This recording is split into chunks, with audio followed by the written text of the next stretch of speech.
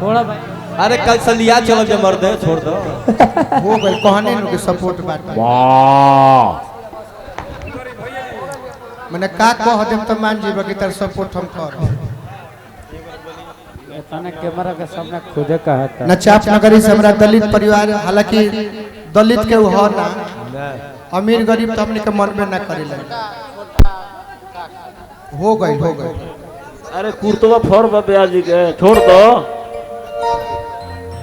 गोर मछुआ ना जा। ओ भाई आज से हम तोहरे हई जा अजीत भैया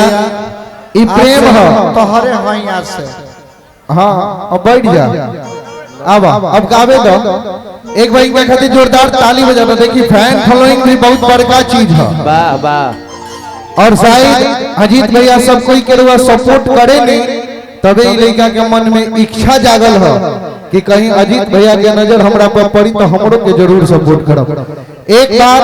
अजीत हलचल जी खातिर जोरदार सा ताली बजा दे सब कोई के कोऑपरेट करे नहीं हम चाहते करो के कोऑपरेट करते बड़ भाई हमरा टन्नू भैया हमरा भोला बाबा उपस्थित बानी हमरा गांव से हमरा सुजीत बाबा मृतेश भैया अभिषेक भाई हमार लंगोटिया यार हमार अमित जी हमार अंकेश चाचा उपस्थित बारे हमार छोट भाई बिट्टू गुप्ता चित्रलिया से हमरा बबलू भैया लौकतनी सबकर हम स्वागत करनी है हमरा सुधांशु भाई नारायण जी रउआ कभी बना के राखी हमरा चंदन मिश्रा जी संजय नंदलाल